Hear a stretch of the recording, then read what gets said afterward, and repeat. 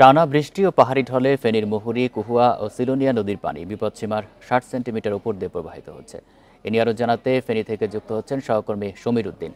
সমীর, ফেনীর তো কয়েকটি নদীর পানি বিপদসীমার ৬০ সেন্টিমিটার উপর দিয়ে প্রবাহিত হচ্ছে। কি পরিস্থিতি এখন সেখানে? কোনো এলাকা প্লাবিত হয়েছে কিনা?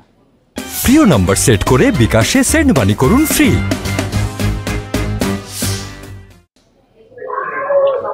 আসলে পাহাড়ের ঢলে উঠান থেকে নেমে আসে যে পানি আসে মুহুরী, সিলোনি এবং কুহুয়া নদীতে এটি এই মুহূর্তে ১০৭ সেন্টিমিটার উপর দিয়ে প্রবাহিত হওয়ার ফলে নদীর যে বাঁধ আছে বাঁধ উপচিয়ে এই পানিগুলো প্রবাহিত হচ্ছে লোকালয়ে। এছাড়াও গতবার যে বন্যা হয়েছিল, গতবার প্রায় ১৭টি পয়েন্টে এই নদীটা ভেঙেছে, যার প্রেক্ষিতে এই ১৭টি পয়েন্টের যে মেরামত যেটি সেটি মাত্র ৭৫ ভাগ শেষ করতে পারছে। সেটা পুরোটা শেষ করতে না পারার কারণে সেই ভাঙা স্থান দিয়ে আবারও কিন্তু পানি প্রবাহিত হচ্ছে, যার প্রেক্ষিতে ফুলগাজী এবং চট্টগ্রামের প্রায় ২৫টি গ্রাম এখন পানিতে তলিয়ে আছে। আর যার প্রেক্ষিতে সেখানকার যে মাছের ঘের এবং পুকুরের মাছ, মানুষের উঠান, ঘরের উঠান, বসতঘর এবং মানুষের যে শাকসবজি ফসলের জমি সবই কিন্তু পানির তলে এখন ভেসে আছে, তলিয়ে আছে। আর এখানকার যে জেলা প্রশাসক সাইন আক্তার তিনি বলছেন যে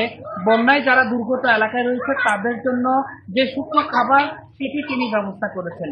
আর এখানকার যে পানি উন্নয়ন বোর্ড এখানকার তিনি বলছেন যে এই নদীর ভাঙনটি যদি বা মেরামত করা না যায় তাহলে প্রতিবারেই এই বন্যা তৈরি হবে। এটি একটি ফ্ল্যাশ ফ্লাড, যতবারেই ভাঙে ততবারেই বন্যা তৈরি হয়। আর এই বাকি মেরামত করা গেলে আর বন্যা তৈরি হবে না। এটির জন্য একটি টেকসই ব্যারিকেড নির্মাণ চান এখানকার স্থানীয়রা। এটি ছিল আমার কাছে ফেনী সর্বশেষ ছিল।